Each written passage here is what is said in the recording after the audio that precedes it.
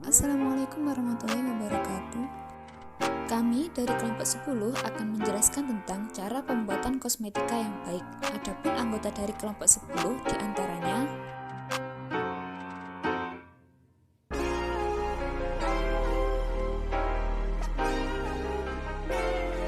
apakah CPKB itu? Dalam peraturan Bepom nomor 31 tahun 2020 tentang perubahan cara pembuatan kosmetika yang baik, di mana pada pasal 1 disebutkan bahwa cara pembuatan kosmetika yang baik adalah seluruh aspek kegiatan pembuatan kosmetika yang bertujuan untuk menjamin agar produk yang dihasilkan senantiasa memenuhi persyaratan mutu yang ditetapkan sesuai dengan tujuan penggunaannya. Adapun kosmetika sendiri adalah bahan atau sediaan yang dimaksudkan untuk digunakan pada bagian luar tubuh manusia untuk membersihkan, mewangikan, untuk penampilan dan atau memperbaiki bau badan atau melindungi atau memelihara tubuh pada kondisi yang baik. Bahan awal produksi. Catatan penting mengenai pemakaian bahan awal yaitu pemakaian air untuk produksi minimal memenuhi kualitas air minum Permenkes dengan parameter organoleptis dan pH yang sesuai serta disimpan dalam wadah yang bersih dan tertutup. Pastikan bahan baku dan bahan pengemas dalam keadaan bersih tanpa bocor ataupun lubang dan paparan tempat terbuka.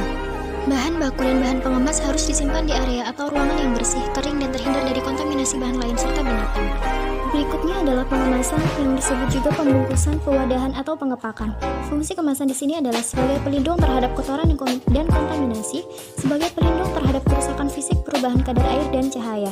Mempunyai fungsi yang baik, efisien dan ekonomis khususnya selama proses penempatan bahan ke dalam wadah kemasan dan menampakkan identitas informasi dan penampilan yang jelas agar dapat membantu promosi atau penjualan. Sistem bangunan dan fasilitas. Bangunan dan fasilitas sebaiknya dirancang agar mudah dibersihkan dari debu dengan membuat modelan lantai, dinding, dan langit-langit bangunan halus dan rata. Di dalamnya wajib disediakan ruangan khusus seperti ruang pengolahan, ruang non-pengolahan, gudang, laboratorium, meja pemeriksaan, toilet, dan ruang ganti karyawan. Kebersihan fasilitas dan ruangan perlu dijaga dengan melakukan pembersihan ruangan secara rutin dan berkala. Penyediaan tempat sampah tertutup dan bersih, serta area gudang harus selalu dalam keadaan kering, bersih, dan tertata rapi.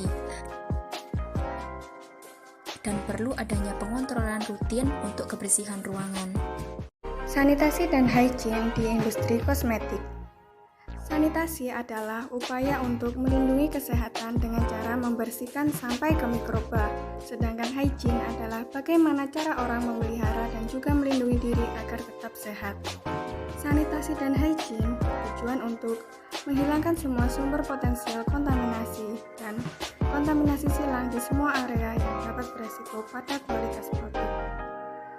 Aspek yang harus diperhatikan dalam ruang lingkup sanitasi dan hygiene meliputi personalia atau hygiene perorangan, bangunan, peralatan dan perlengkapan, bahan produksi, dan yang terakhir lingkungan kerja.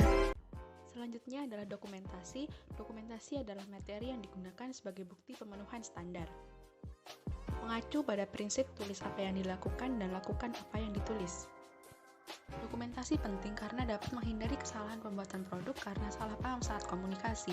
Dokumentasi menjamin seluruh kegiatan yang berhubungan dengan mutu produk dilakukan secara tepat dan sesuai dengan apa yang telah direncanakan. Dokumentasi memastikan kesediaan spesifikasi semua bahan dan prosedur yang terkait dalam produksi dan pengawasan mutu. Dokumentasi membuat penegasan kepada seluruh karyawan untuk selalu mengetahui apa yang harus dikerjakan, bagaimana caranya, dan kapan harus dikerjakan. Untuk bentuk dokumentasi terdapat struktur organisasi, daftar spesifikasi bahan baku, bahan pengemas, produk ruahan dan produk jadi, labelisasi, dan juga SOP. Sekian dari kelompok kami, terima kasih atas perhatiannya. Wassalamualaikum warahmatullahi wabarakatuh.